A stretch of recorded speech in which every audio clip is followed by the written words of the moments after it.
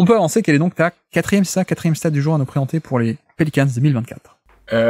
C'est tadam, je sais pas comment vraiment la présenter, donc je vais dire que c'est 115,9. C'est le point par tir tenté de Brandon Ingram, qui est juste en dessous de la moyenne. La moyenne est à 116.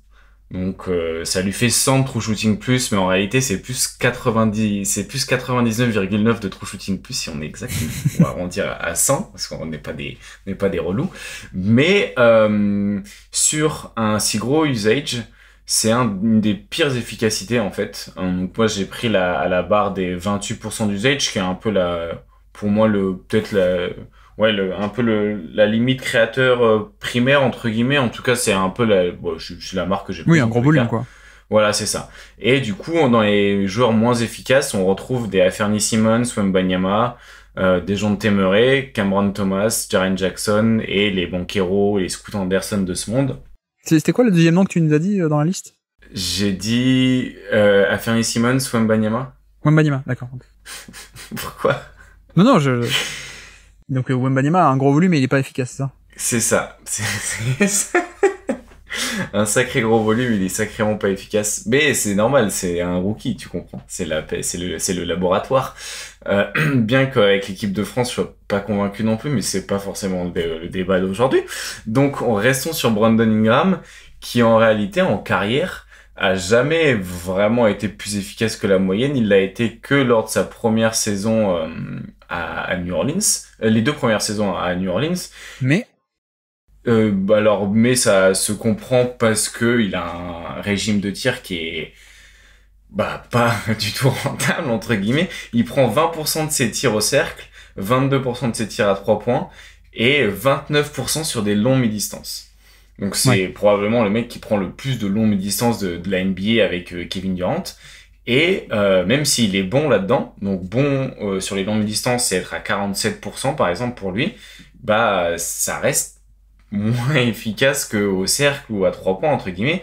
Et ce qui est assez dommage, c'est qu'il est efficace au cercle cette saison. Il est très efficace, il a 72% au cercle cette saison, mais il y va peu en réalité, et il reste beaucoup dans cette zone du mi-distance, et donc ça fait un porteur de balle qui a un énorme volume, et qui en réalité est peut-être meilleur à la création pour les autres que pour lui-même. Et les actions qu'il finit, lui, sont pas très efficaces, entre guillemets. Et donc c'est un peu un profil bizarre, je trouve, parce qu'en plus je trouve que les actions de son scoring sont très individuelles, donc tu vois, le flow de l'attaque, je trouve, fonctionne pas toujours très bien quand il est sur le terrain et qu'il enchaîne les isolations. Mais d'un autre côté, c'est un bon créateur pour les autres, et on en a parlé dans un épisode de l'Hebdo. Quand on avait fait notre épisode sur les passeurs, on en a parlé de Brandon Ingram aussi. Il a les outils pour être un très bon passeur, il sait le faire, mais par contre la création pour lui est assez, je vais pas dire, elle est moyenne, voilà. Je pense que c'est un créateur moyen. Est-ce que c'est un bon terme? Oui, d'ailleurs je crois qu'il a plutôt de bons chiffres en termes de création, tout ce qui est isolation, pick and roll, il est au-dessus de la moyenne. Mais effectivement, il y a un plafond d'efficacité, non pas de sa compétence de mettre les tirs, mais de sa répartition des zones en fait. C'est très très basique là-dessus. J'avais noté un peu ça moi. Mon chiffre sur lui c'était 2, parce que c'est le deuxième joueur avec la plus grande fréquence de long tir à 2 points. Parce que évidemment il y a DeRozan premier toujours. Ah oui. Et qui a un peu le même dilemme. Hein. DeRozan on le connaît.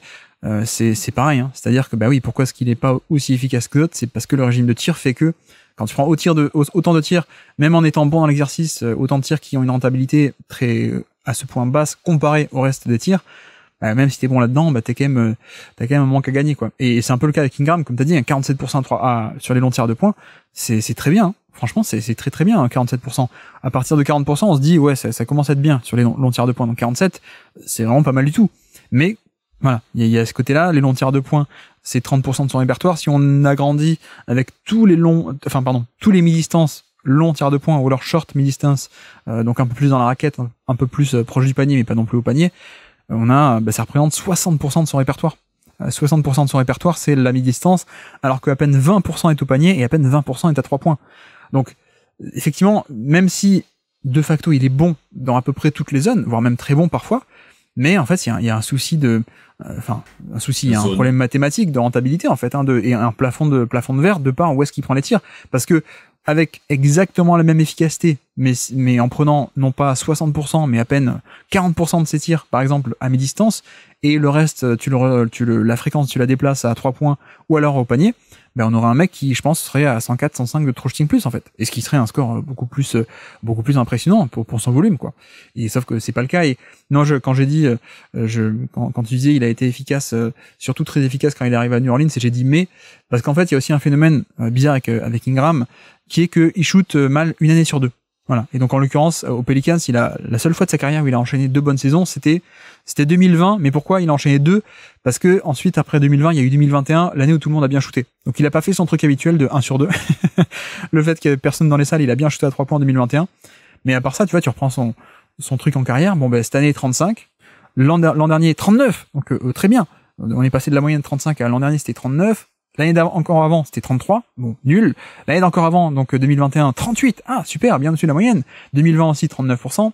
Aux Lakers, 33%. 2019. Tu remontes encore 2018. Ah, 39%. Tu remontes encore son rookie 2017. Ah non, 29%. Enfin bref. On n'arrive pas trop à savoir si Ingram, c'est un bon shooter ou pas. En fait, il fait littéralement 1 an sur 2 à être soit bon, soit en dessous de la moyenne. Mais oui, en fait, c'est ce côté un peu frustrant, peut-être, que tu dis c'est dommage un peu cette répartition de tirs, parce que bon, en dehors de ça, il y a la défense assez complète, il y a le passing qui s'est bien développé, dont on va parler, et il y a même une efficacité dans les zones qui est intéressante. C'est juste que les zones sont mal réparties au final, quoi. Ouais, et off-ball, du coup, à côté de Zion, c'est synergiquement parlant, c'est pas très bon en fait la synergie entre elles. C'est un peu ça aussi le problème un peu structurel d'avoir un joueur comme Brandon Ingram à côté de Zion, c'est que les zones du terrain où on retrouve Ingram, c'est les zones du terrain où on aimerait que Zion soit en mouvement dedans pour accéder au panier. Et vu que c'est pas forcément une menace à 3 points, tu étires pas autant le spacing que tu voudrais. Donc bon, moi j'avoue que le profil d'Ingram à côté de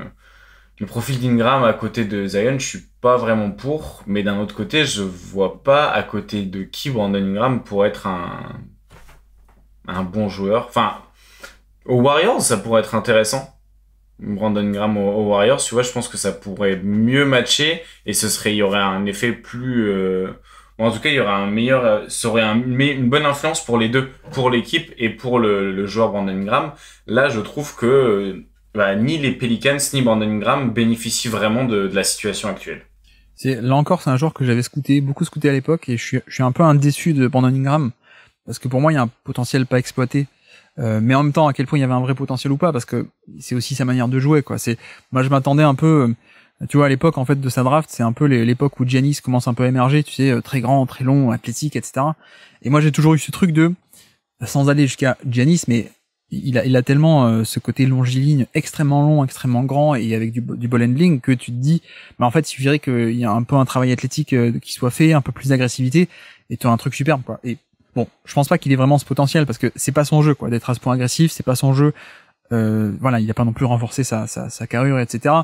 Mais je pense que, sans aller dans cet extrême-là de devenir un Giannis 2.0, mais il y aurait en tout cas des points à aller gratter, parce que tu vois, tu prends l'efficacité sur drive en elle-même, elle est hyper bonne. Il est parmi les gros drivers à plus de 10 par match, il est 14e sur 57. Donc on est quand même plutôt en du classement, 1,20 points par tir sur des drives. Le problème, c'est qu'il en fait pas assez, quoi. Et ça, tu parlais de dans quel contexte il pourrait être intéressant.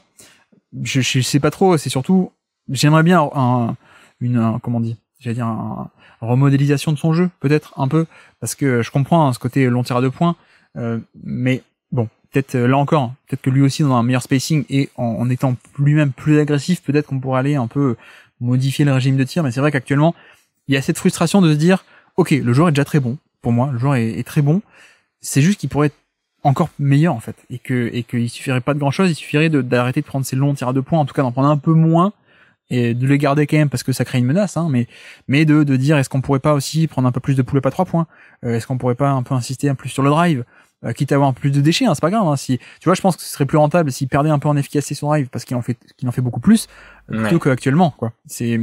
Donc ouais, c'est joueur très complet, je suis un peu parmi les déçus, parce que je voyais un potentiel bien plus grand que ça. Mais voilà, il y a aussi cette question de, tu dis, hein, il est au niveau moyen de NBA en efficacité. Il peut un peu toucher à tout, mais voilà, passeur très bon, pas transcendant, défenseur très bon, pas transcendant. Et on voit qu'actuellement, ça traîne un peu au niveau prolongation de contrat, quoi. Parce qu'avec le nouveau CBA, on sait qu'il y a des punitions de plus en plus graves et sérieuses si tu dépasses le cap de trop. Donc, les Pelicans pourraient le prolonger, hein, en dépassant le cap. Ça, ils ont le droit. C'est juste que il y a la question de Ingram fait un peu partie pour moi de ces joueurs où l'ancien CBA, on se posait pas la question. L'ancien contrat entre syndicat et proprio, on se posait pas forcément la question. Peut-être que là, Ingram, il fait partie de ces cas où on se dit, attends, est-ce que vraiment je veux lui donner un méga contrat max ou pas? Parce que si je le fais, bon, ok, je le garde, mais si je le fais, il va être très très payé et même beaucoup payé, alors qu'il sera peut-être pas avec cette rentabilité-là sportive comparée à d'autres au même tarif. Donc, j'ai l'impression qu'Ingram fait un peu partie de cette tranche de joueurs où c'est plus aussi automatique qu'avant de dire, allez tiens, bah oui, prends ton super max, puis c'est plié, quoi.